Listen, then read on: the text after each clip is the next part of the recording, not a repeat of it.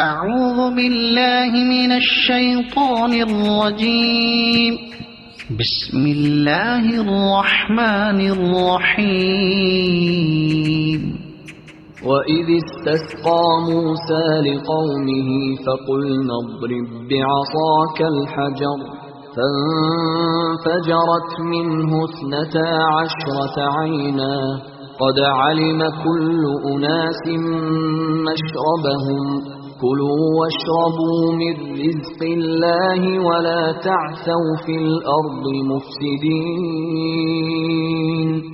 یاد کرو جب موسیٰ نے اپنی قوم کے لیے پانی کی دعا کی تو ہم نے کہا کہ فلاں چٹان پر اپنا عصا مارو، چنانچہ اس سے 12 چشمے پھوٹ نکلے، اور ہر قبیلے نے جان لیا کہ کون سی جگہ اس کے پانی لینے کی ہے۔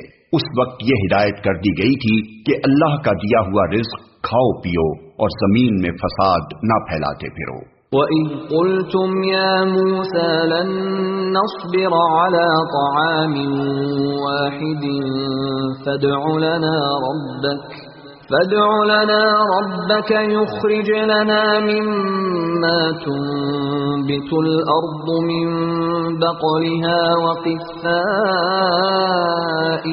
وَفُومِهَا وَعَدَسِهَا وَبَصَلِهَا قال أتستبدلون الذي هو أدنى بالذي هو خير اهبطوا مصرا فإن لكم ما سألتم وضربت عليهم الذلة والمسكنة وباءوا بغضب من الله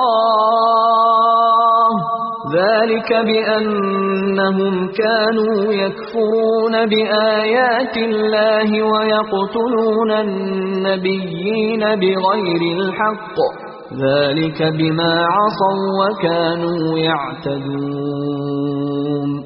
یاد کرو جب تم نے کہا تھا کہ اے موسیٰ ہم ایک ہی طرح کے کھانے پر صبر نہیں کر سکتے، اپنے رب سے دعا کرو کہ ہمارے لیے زمین کی پیداوار، ساگ، ترکاری، کھیرا، ککڑی، گیہوں، لہسن، پیاز، دال وغیرہ پیدا کرے۔ تو موسیٰ نے کہا کیا ایک بہتر چیز کی بجائے تم ادنا درجے کی چیزیں لینا چاہتے ہو؟ اچھا کسی شہری آبادی میں جا رہو، جو کچھ تم مانگتے ہو وہاں مل جائے گا۔ آخر کار نوبت یہاں تک پہنچی کہ ذلت و خواری اور پستی اور بدحالی ان پر مسلط ہو گئی اور وہ اللہ کے غضب میں گر گئے۔ یہ نتیجہ تھا اس کا کہ وہ اللہ کی آیات سے کفر کرنے لگے اور پیغمبروں کو ناحق قتل کرنے لگے۔ یہ نتیجہ تھا ان کی نافرمانیوں کا اور اس بات کا کہ وہ حدود شرع سے نکل جاتے تھے۔